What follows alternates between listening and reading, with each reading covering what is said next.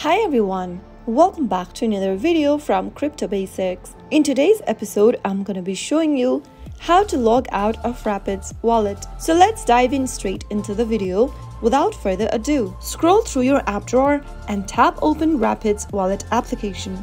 Soon after you do that, you may end up in the wallet page of Rapid's wallet. Remember that there is no direct log out button or sign out button inside your Rapid's wallet application. So if you want to log out or sign out, all you need to do is to simply swipe up from the bottom of your mobile device and bring up this app switcher. Once you are done with it, push off the application upwards and force close your Rapid's wallet application. Once you force close your application, go ahead and launch open the Rapid's wallet app, and every time you do that, you will be logged out of your wallet. To get hold of your wallet again, you'll need to go ahead and enter your wallet list and enter the password for your wallet to get hold of it. So that is how easy it is to log out or sign out of Rapid's wallet. If you found the video to be helpful, go ahead and give us a thumbs up. Don't forget to subscribe to our channel by hitting the subscribe button. Also press the bell icon so that you'll never miss another upcoming upload from us.